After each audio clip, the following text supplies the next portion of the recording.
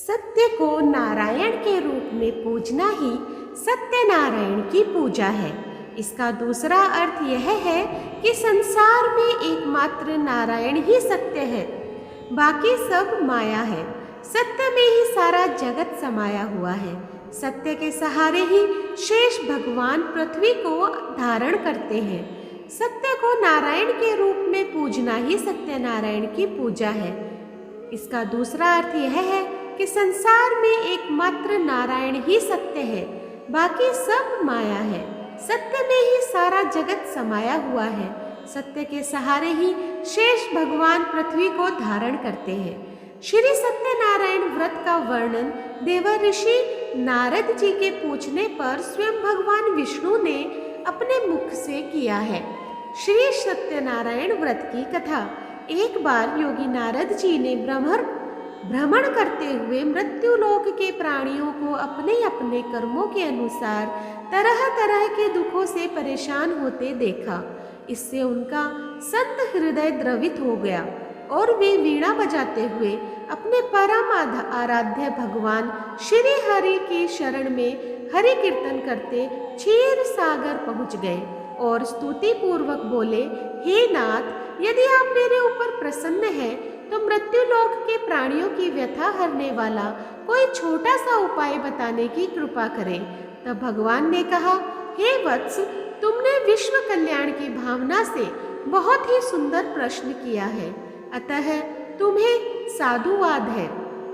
आज मैं तुम्हें ऐसा व्रत बताता हूँ जो स्वर्ग में भी दुर्लभ है और महान पुण्यदायक है तथा मोह के बंधन को काट देने वाला है, और वह है श्री सत्यनारायण व्रत। इसे विधि विधान से करने पर मनुष्य सांसारिक सुखों को भोग कर परलोक में मोक्ष प्राप्त करता है।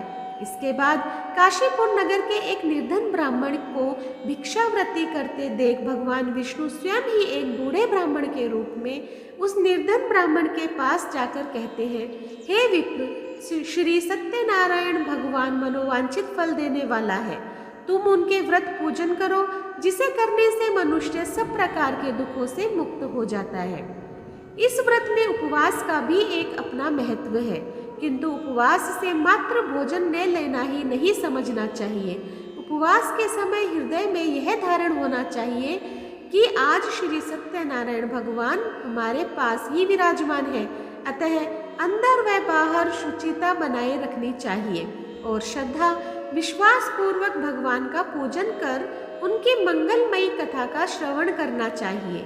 सायंकाल में यह व्रत पूजन अधिक प्रशस्त माना जाता है।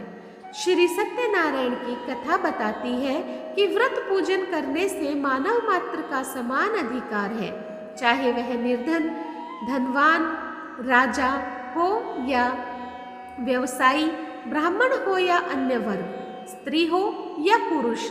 यदि यही स्पष्ट करने के लिए इस कथा में निर्धन ब्राह्मण, गरीब लकड़हारा, राजा उल्कामुख, धनवान व्यवसायी, साधु वैश्य, उसकी पत्नी लीलावती, पुत्री कलावती, राजा टुड्डध्वज एवं गोपगणों की कथा का समावेश किया गया है।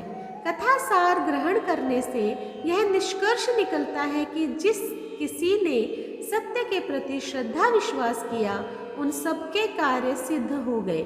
जैसे लकड़हारा, गरीब ब्राह्मण, उल्कामुख गोपगणों ने सुना कि यह व्रत सुख, सौभाग्य, संतति, संपत्ति सब कुछ देने वाला है, तो सुनते ही श्रद्धा, भक्ति तथा प्रेम के साथ सत्य व्रत का आचरण करने में लगे और फलस्वरूप इहलोक सुख भोग कर परलोक में मोक्ष के अधिकारी हुए।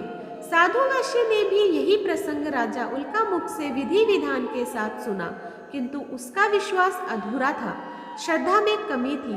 वह कहता था कि संतान प्राप्ति पर सत्य व्रत पूजन करूंगा।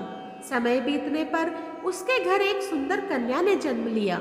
उसकी श्रद्धालु पत्नी ने व्रत की याद दिलाई तो उसने कहा कि कन्या के विवाह के समय करेंगे। समय आने पर कन्या का विवाह भी हो गया, किंतु उस वैश्य ने व्रत नहीं किया। वह अपने दामाद को लेकर व्यापार के लिए चला गया। उसे चोरी के आरोप में राजा चंद्रकेतु द्वारा दामाद सहित कारागार में डाल दिया गया। पीछे घर में भी चोरी हो गई। पत्नी लीलावती व पुत्री कलावती भिक्षावृत्ति के लिए विवश हो गई। एक दिन कलावती ने किसी विप्र के घर श्री सत्यनारायण का पूजन होते देखा और घर आकर माँ को बताया। तब माँ ने अगले दिन श्रद्धा से व्रत पूजन कर भगवान से पति और दामाद के शीघ्र वापस आने का वरदान मांगा। श्री हरि प्रसन्न हो गए और स्वप्न में राजा को दोनों बंदियों को छोड़ने का आदेश दिया। राजा ने उनका धन धान्य तथा प्रचुर द्रव्य देकर उन्हें विदा किया। घर आकर पूर्णिमा और संक्रांति को सत्यव्रत का जीवन पर्यंत आयोजन करता रहा। फलतः सांसारिक सुख भोगकर उसे मोक्ष प्राप्त हुआ। इसी प्रकार राजा टुक्तध्वज ने वन में गोपगणों को श्री सत्यनारायण भगवान का पूजन करते देखा, किंतु प्रभुता के मद में चूर राजा ने न तो पूजा स्थल पर गया, न ही दूर से ही प्रणाम किया और न ही गोपगणों द्वारा दिया प्रसाद ग्रहण किया।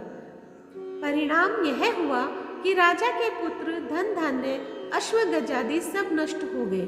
राजा को अकस्मात यह आभास हुआ कि विपत्ति का कारण सत्यदेव भगवान का निरादर है। उसे बहुत पश्चाताप हुआ।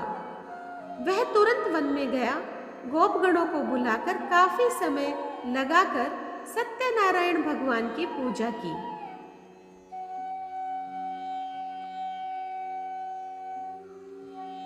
फिर उसने उनसे ही प्रसाद ग्रहण किया तथा घर आ गया। उसने देखा कि विपत्ति टल गई और उसकी सारी संपत्ति तथा जन सुरक्षित हो गए।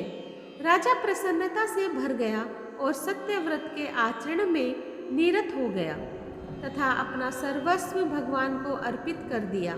श्री सत्यनारायण व्रत से हमें यह शिक्षा मिलती है कि सत्य रूप ब्रह्म जीवात्मा रूप में हमारे अंदर विद्यमान है। हम सब सत्य के ही स्वरूप है, पर माया के वश में आकर नष्ट होने वाली वस्तुओं को संग्रह करने की सोचकर संसार में मग्न हो रहे हैं। इस अज्ञान को दूर करके सत्य को स्वीकार करना और प्रभु की भक्ति करना ही मानव का धर्म है। यही सत्यनारायण व्रत और कथा का सार है। तो दोस्तों, आज मैंने आप लोगों के समक्ष श्री सत्यनारायण कथा और उसका महत्व प्रस्तुत किया। आपको कैसा लगा मुझे कमेंट बॉक्स में ज़रूर बताइएगा। जो लोग मेरे चैनल पे नए आए हैं प्लीज़ सब्सक्राइब कर दीजिए, लाइक कीजिए और शेयर कीजिए अपने दोस्तों और परिवार में, और इसी तरह मेरा सहयोग करते रहें। धन्यवाद।